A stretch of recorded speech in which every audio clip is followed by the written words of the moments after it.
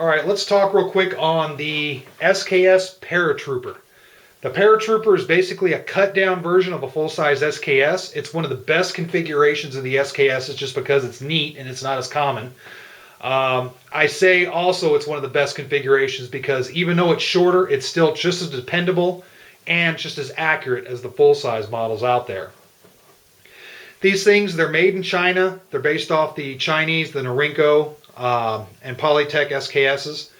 And basically, all they did is they took a regular full-size SKS and they pretty much cut the barrel down to about 16 inches, and they also cut the bayonet down to work with the shorter barrel. Very well-balanced little rifle, very light recoiling, and it is accurate. It'll keep up with an AK all day long, and it'll keep up with other SKSs all day long. It's about the same length as an AK, and it's a little bit more balanced and a little bit more nimble because you don't have the 30-round magazine that an AK has. Still has the same sighting system as an AK, basic semi-automatic just like any other SKS. There's no different there. Same trigger, same magazine, same basic principles. The biggest thing about this is it's a little bit more rare than a typical full-size SKS, and the handling, the balance, in my opinion, is a little bit better because of the shorter barrel, a little bit less weight up front. It just seems to shoulder really well, really light recoiling. It's one of the reasons that I'm glad I got this one. This thing you can use for hunting, hiking. Yeah, you can use it for self-defense if you want. 7.62x39 is a little bit of a hot round for self-defense. But if you live out on a property, maybe you've got farmland, this might make a good close to mid-range predator gun. If you got coyotes on your land, this will definitely work. You can upgrade this gun if you want. You can buy stocks for it. The stock on this is the same size as a regular SKS. So even though the barrel is cut down, the stocks, you can tack it out whatever you want. You can throw a Tapco stock on it or a choke stock or whatever you want. You can take off the rear receiver cover, throw on a railed one, throw on an optic if you so choose. The choices are kind of endless for these models, just like a regular SKS. Let me move the camera here just so that way I can maybe get you a closer look at this rifle.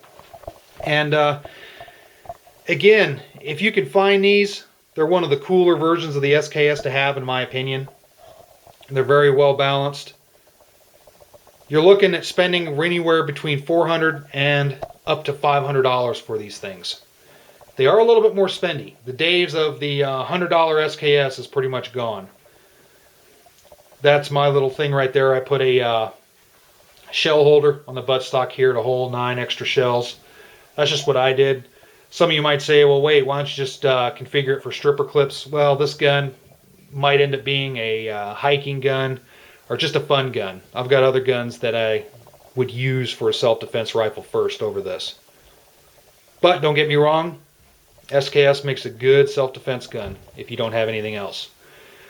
So alright, there it is. Just some basic views of the SKS. Other than its length, like I said, there's really not much difference to the rifle itself. You can see the sights are pure SKS. The operating system